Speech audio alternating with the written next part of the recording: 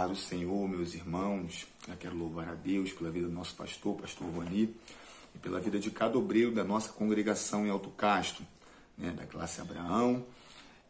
Espero que todos estejam tendo um início de semana abençoado, um dia abençoado. Querido, nós estamos aqui para fazer o nosso devocional, orientado pela leitura complementar da nossa revista Betel, da Escola Bíblica Dominical. A partir dessa semana, nós iremos nos preparar para a lição de número 5 da nossa revista. Como diz no quartel, o avião está comendo ZL, então não para. Se você se perder, você é atropelado pela lição, o tempo passa muito rápido. Queridos, ontem eu estava... Primeiramente, quero pedir perdão aos irmãos que eu estou um pouco rouco, e eu estou gravando esse vídeo aqui fora, porque minha esposa está fazendo a leitura bíblica dela lá dentro, eu não quero incomodá-la. Ontem eu estava conversando com o presbítero Tomás, eu tenho percebido que os alunos têm apresentado algumas dúvidas acerca da lição. Hoje é meu último dia de férias, amanhã eu retorno ao trabalho. Então eu tive a ideia de fazer um resumo das 4 lições que nós já tivemos, que nós vamos iniciar nesse momento. A leitura complementar de hoje, que seria o devocional de hoje, está em Levítico 26, do 40 ao 45, que fala da promessa de Deus a Israel. Então nós retomaremos essa leitura, pode ser a partir de amanhã, para que a gente comece a compreender melhor a lição de número 5. Mas, amados, eu vou tentar ser bem breve, e é lógico que se perde muita coisa quando se faz um resumo, mas a ideia é os irmãos compreenderem qual é a abordagem da revista e o que foi tratado até agora. Na primeira lição, ele vai abordar de uma forma panorâmica do Éden a Babel, então da criação até a dispersão das nações, até a dispersão dos povos. É interessante os irmãos perceberem que no tópico 1, se você tiver com a revista, você pode ir acompanhando esse resumo, ele vai falar do Deus Elohim, do Deus Criador. O que os irmãos precisam perceber? O comentário da lição, que é o nosso Bispo Abner, ele está tratando o plano de salvação dentro de uma perspectiva da criação até a sua consumação. Eu estou tão motivado com essa lição justamente pelo fato de essa visão do plano de salvação não ser encontrada com facilidade em livros e de ser muito complexa de ser compreendida. E aqui na lição desse trimestre, o Bispo Abner traz isso de uma maneira muito transparente, muito objetiva. Por isso, é muito importante a gente compreender a lição desse trimestre. Então perceba que ele apresenta o Deus Elohim, que é o Deus Criador, o Deus que fez todas as coisas. E ele parece ter o intento de iniciar a história pelo final. E isso é muito importante para a nossa compreensão. Nós temos uma tendência a compreender Deus, a compreender o plano de salvação de Deus sob o aspecto humano. Então nós nos colocamos no centro de todas as coisas. Não, quem está no centro de todas as coisas é o Senhor, porque Ele cria todas as coisas para a glória dEle.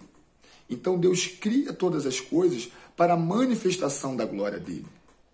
Então perceba que Deus é onisciente. Então quando Ele cria todas as coisas e cria o homem, Ele sabe que o homem vai pecar.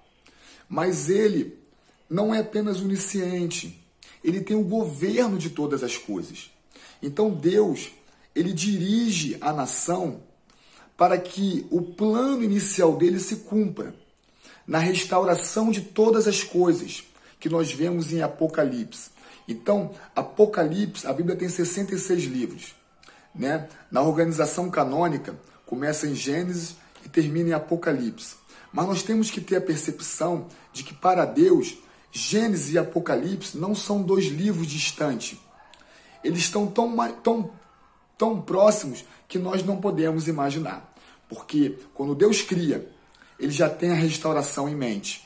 Então perceba, o que nós chamamos de livre-arbítrio, que é a livre conduta do homem para pecar, para fazer o bem ou para fazer o mal, não surpreende a Deus. Não é a vontade de Deus que nós erramos, mas quando o homem peca no Éden, ou quando o povo de Israel se desviava da presença de Deus, eles não pegavam Deus de surpresa. Então tudo que Deus fazia para com o seu povo era no intuito de preservar até Cristo. E tudo que Deus permite que a igreja passe nos dias de hoje é para que a glória dele se espalhe e ele concretize o seu plano de salvação. Pois bem, é por esse motivo que o comentarista da lição, ele toma na primeira lição, anunciando que no final a serpente terá a sua cabeça esmagada e o descendente da mulher terá apenas o seu calcanhar ferido. Então, antes de tratar de todos os aspectos de maneira pormenorizada, antes de falar do relacionamento de Deus com o homem, antes de falar da queda, ele deixa bem claro que a consequência disso tudo é a morte de Jesus Cristo na cruz do Calvário para a redenção da humanidade, para que a serpente tivesse a sua cabeça esmagada. Então, com base nisso, nós vamos entender no 1.2 da primeira lição que Deus ele vela pela sua palavra. O plano de Deus era a preservação do povo de Israel para que o povo não fosse extinto, porque daquele povo sairia o Messias, né? Então ele fala da preservação e fala da semente da mulher. No tópico 2 ele vai falar do coração do homem e do coração de Deus. O pecado do Éden não parou no Éden. Foi se multiplicando, foi aumentando, né? E isso entristeceu a Deus. O registro da morte de Abel pelo seu irmão mostra o aspecto da maldade. Caim não tinha nenhuma referência maldosa de homicídio. Ele foi o primeiro homicida da Bíblia. E ele resolve matar o seu próprio irmão. Esse fato está registrado na Bíblia para registrar o tamanho com que a maldade se instalou no mundo, né? E essa maldade vai crescendo. E aí ele vai tratar aqui da tristeza no íntimo de Deus. Porque o plano de Deus é perfeito. E embora Deus soubesse que o homem ia pecar, o pecado traz tristeza ao coração de Deus. A graça em meio ao juízo. Então Deus resolve acabar com a sua criação, destruir a criação.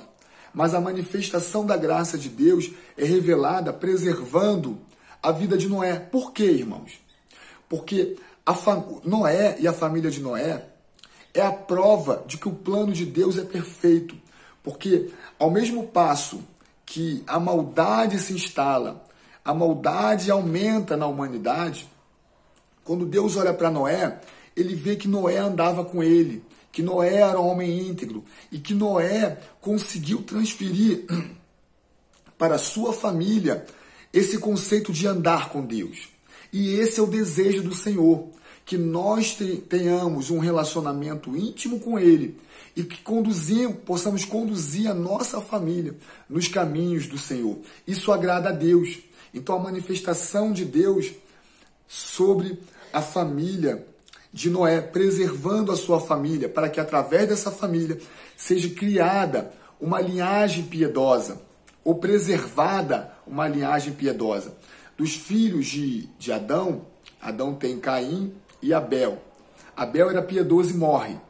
Então cria-se uma linhagem impiedosa, que é a linhagem de Caim, e eles voltam a ter um filho, que se chama Sete. De Sete, Deus cria uma linhagem piedosa. É por isso que, em muitos pontos da Bíblia, se refere a filho de Caim. Quando se fala filho de Caim, está se referindo a uma linhagem ímpia, ou seja, impiedosa, né? A linhagem de Sete, preservada por Noé, é a linhagem piedosa. Então, no tópico 3, ele já vai prever, o comentarista ele tem o cuidado de prever que haverá uma nova terra. Ou seja, o pecado não destruiu o plano de Deus, porque Deus ele é todo poderoso e ele rege as nações. Querido, é preciso entender, após a lição de número 1, que independente dos erros da humanidade, Deus ele tem o controle de todas as coisas. Ele rege as nações. E assim nós vencemos a lição de número 1. Na lição de número 2, nós vamos começar a repousar sobre cada aspecto da criação. E vamos compreender que Deus faz todas as coisas para a glória dele. E vamos entender também que Deus cria o homem de uma maneira especial.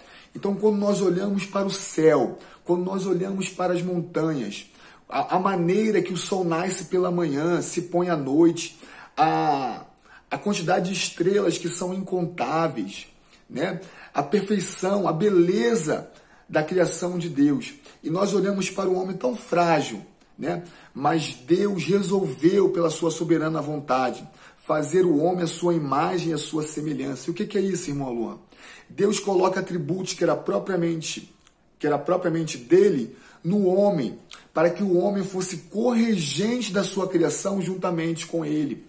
É por isso que, mesmo sendo frágil, o Senhor nos dá força. O Senhor, ele nos guarda, porque era interesse de Deus que nós corrigêssemos a sua criação juntamente com ele.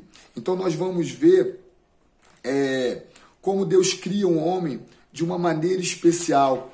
E vamos ver também na lição de número 2 que Deus cria para o homem uma varoa, né? Uma mulher para ajudar o homem nesse trabalho de corregência. Na lição de número 3, nós vemos Deus se relacionando com o ser humano, né? Como Deus se relaciona com o ser humano. Deus ele coloca atributos que é propriamente dele no homem, para que o homem tivesse condição de se relacionar com ele. E aqui é importante nós entendermos que o que se conhece de Deus é o que Deus permite que nós conheçamos. Então, ao longo da história da humanidade, Deus vem se revelando. A criação é o primeiro aspecto de revelação de Deus. A primeira forma de Deus se revelar ao homem é através da sua própria criação. Eu falei em outros devocionais para a classe Abraão que, assim como o pintor que pinta uma tela e ele assina essa tela na parte inferior, na parte superior, né, para que aquela obra de arte seja identificada, e ainda que o pintor não assine aquela obra, um bom entendedor é capaz de conhecer aquela obra, quem fez aquela obra, através dos traços do pincel, através da característica daquela obra. Assim Deus faz tudo que ele criou. Deus cria todas as coisas de uma maneira tão perfeita, para que, se em algum momento da história o homem tenha dúvida sobre a existência de Deus, basta olhar para o sol, basta olhar para as florestas, basta olhar para a profundeza dos mares, que você vai entender que somente um Deus perfeito pode criar uma obra tão perfeita e tão complexa. Então, o objetivo de Deus é despertar em nós a necessidade de nos relacionarmos para com Ele. Então, no tópico 1.2 da lição 3 fala: os seus anjos no céu sempre veem a face de meu Pai que está nos céus. Mas em nenhum lugar da Bíblia é ensinado que Deus tem feito algum anjo à sua imagem e semelhança. Então, de tudo que Deus criou nos céus e na terra, o único registro bíblico de que foi criado a imagem e semelhança de Deus somos nós, é o próprio homem. Louvado seja o nome do Senhor. Então, o interesse de Deus é que nós tenhamos, né, um relacionamento de intimidade para com Ele. Deus estabeleceu, por sua própria vontade, uma relação de parceria com o homem, para que o homem possa cuidar de tudo que Ele criou. Isso, irmãos, é a maneira de espalhar a glória dEle, né? O objetivo de Deus, quando fala frutificar e multiplicar-vos, era que o homem espalhasse a glória dEle. E fala do Éden a Betel, porque justamente em Betel o homem resolveu contrariar esse propósito de Deus, né? Quando ele se reúne construindo aquela torre, ele estava se juntando quando a vontade de Deus era espalhar. Percebamos que em todo momento da história, quando Deus espalha o povo de Israel, ou quando Deus espalha a igreja, é segundo o propósito dele, para poder espalhar a sua glória. O momento de dispersão de Israel, que é chamado também de diáspora, era uma preparação de Deus para que depois, na igreja primitiva, o seu evangelho fosse espalhado. Se nós formos ver como Paulo espalhou o evangelho, foi sempre através de sinagogas instaladas em outras nações, através da diáspora. Pense nisso. Quando Estevão morre, a igreja se espalha por Samaria e toda a Judéia. Para quê? Para espalhar o evangelho. O objetivo de Deus é que a glória dele fosse espalhada e que atingisse todas as nações. Então, na lição de número 4, nós vamos ver mais especificamente sobre o pecado, para entendermos que o pecado trouxe a separação do homem de Deus, que aqui na revista ele chama de alienação. Então o que é alienação? É a separação do homem de Deus. E essa separação trouxe consequências para o homem. Primeiramente em si mesmo, que foi a vergonha, a culpa e o medo. E também prejudicou a relação com o próximo e a relação com o próprio Deus. Então perceba que a partir de agora, na lição de número 5, e os irmãos estão percebendo que eu estou correndo para o vídeo não ficar muito grande, nós vamos ver como se dá essa reconexão com Deus. É necessário nós entendermos que a queda separou o homem de Deus, ou seja, trouxe alienação, para nós entendermos a necessidade de haver essa reconexão.